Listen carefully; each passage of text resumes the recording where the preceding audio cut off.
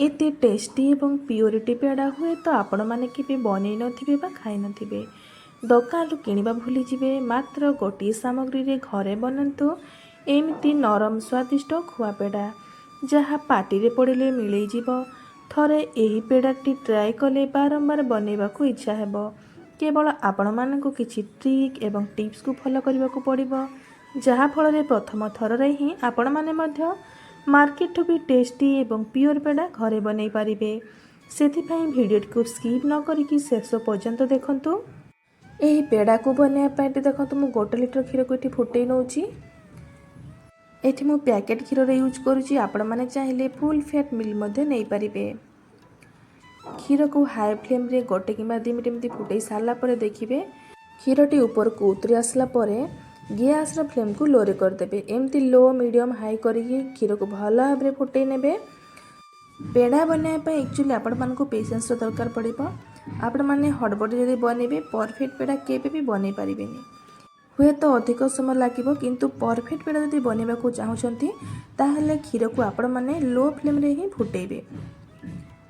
आउ जदि पेड़ार perfect colour आने को चाहते ताहले मध्य आपण मानकु लो फ्लेम रे फुटेबा को पड़िबो। जदि हाई फ्लेम रे फुटेकी क्षीर को बसई नेबे क्षीर तो बहलिया हेजिबो, किंतु पेड़ार कलर परफेक्ट आसीबनी। पेड़ाटी व्हाइट देखाजिबो। सेथिबे आपण माने ध्यान रखिबे क्षीर को लो फ्लेम रे रखि फुटेबे, जहाँ फल रे कि परफेक्ट ब्राउन बा येलो कलर पेड़ा बनिकी रेडी हेजिबो। आ गोटे पेड़ा बनैबर मेन टिप्स होची सबुठु बड़ टिप्स। आपण माने क्षीर जेते बेले फुटुचंती शेष पर्यंत केबे आपण माने खड़िका चलेइबा बंद करिवेनी। प्रथम रु शेष पर्यंत एमती कंटिन्यूअसली खड़िका चलाउथिबे। जदि सर पड़जिबो क्षीर रे किंबा तळे चिपकी जिवो ताहले मते परफेक्ट पेड़ा बनिबनी। आपण माने पेशेंस रखिकि प्रथम रु शेष पर्यंत एमती कंटिन्यूअसली खड़िका चलाउथिबे। प्राय पेड़ा बनिया पय मते एठी 1 लिटर क्षीर पय 1 घंटा रु घंटे 10 मिनिट प्राय लागि गला समय। आपण मानको फ्लेम जे आपण को ऊपर डिपेंड करे केते समय आपण मानको लागिबो, से हिसाब रे आपण माने एठी पेड़ा को बनै पारिबे। एठी देखिबे क्षीर जदि फुटी फुटी हाफ हे जिवो सेते बेले आ क्षीर ऊपर को उतरिबनी। तापर एठी देखंतु भल भाबरे हे कि एठी राबडी परीक्षा हे गलानी।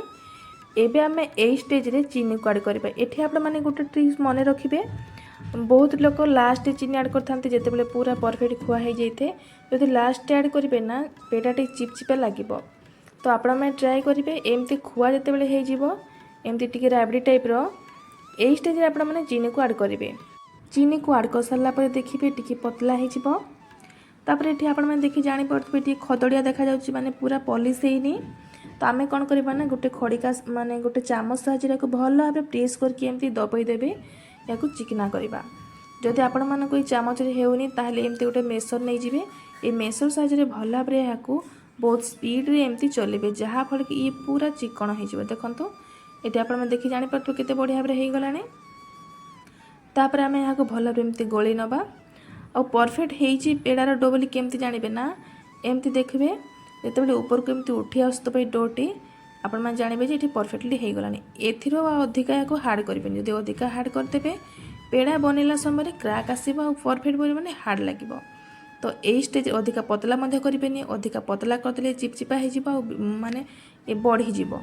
तो आप ध्यान रखिए एमती जो देखा जाऊँ आप देखी जापारे यार कंसिस्टेंसी केमती अच्छी। ए स्टेज रे आपण बाहर को काढ़ी नेबे। गैस फ्लेम को ऑफ करने आ गोटे प्लेट को काढ़ी नेबे। ये देखो तो मुझे गोटे प्लेट अल्प टे घी को मेल्ट करके ग्रीस कर नहीं सब डो को ये काढ़ी नवा और गरम गरम यहाँ को एमती चकटिबा। 5 ରୁ 6 मिनट एमती कंटिन्यूअसली चकटिबे, जहाँ फल कि डोटी पूरा परफेक्ट स्मूथ हो परफेक्ट माने पेड़ा बनिबो। कौन सियाड़ू क्रैक हेबनी। ये देखो तुम पूरा 7 मिनट हो गलानी बढ़िया भाव चकटी नहीं स्मूथ की। एबे आम यहाँ छोट छोट बॉल बन नवा। 1 लिटर क्षीर प्राय मीडियम साइज 10 टी 11 पेड़ा बनीजिव। आउ जदि आपण माने मार्केट परिका छोट छोट पेड़ा बनवा को चाहते ताहले 1 लिटर क्षीर प्राय 20 किंबा 21 पेड़ा बनीजिव। ये देखो तुम मीडियम साइज बनाऊँगी जेहेतु मुझे घरे बनाऊँगी मीडियम साइज बनई प्राय 10टा पेड़ा बन जाइए केवल 1 लिटर क्षीर ही। एबे आम हाथ में भल भाव स्मूथ की बॉल गुड़ाक बनई नवा। तापर हाथ में एमती प्रेस करके सेंटर एमती गोटे होल करनवा जमती पेड़ा गुड़ाक थाए। आपण मैंने चाहिए अन्य जेकोसी सेप दे पारे। ये देखो केते सुंदर देखा जाउची कौन से क्रैक होनी। आपण मैंने थोड़े एमती बने देखूँ जिते बड़े आपड़ी पेड़ाटी परफेक्ट बनना आर खुशी कहले न सरे। विश्वास करेंगे सांग मैंने एत परफेक्ट पेड़ा मो जीवन में प्रथम थर बनई प्रथम थर ही खाई कारण मार्केट जो पेड़ा मिलूँ भेजाल रोचे बहुत मैदा मिसुची किंतु ये पूरा खुआ प्योर क्षीर ही बनी परफेक्ट पेड़ा और ये मुझे चीनीर कम यूज कर देखिए मार्केट जो मीठा कॉस्टली थाए से कम मीठा थाए और जी अधिका मीठा लगुए से टिके कम प्राइस थाए। देखो ये मुझे ये बनई नहीं सेम प्रोसेस आम सब पेड़ा गुड़ाक बनई नवा देखो केते सुंदर पेड़ा घरे बनकी रेडी है। आपण मानक ये कौन सी झंझट लगे केवल आपण मानक समय देखिए क्षीर को भल भाव फुटेबार अच्छी केवल राबड़ी बा खुआ बनइबार ही समय लगे ना कौन सी ये झंझट ना आपण मैंने घर जेकोसी पूजा व्रत फेस्टिवल बनई पारे ठाकुर पाखे भोग लगे पारे।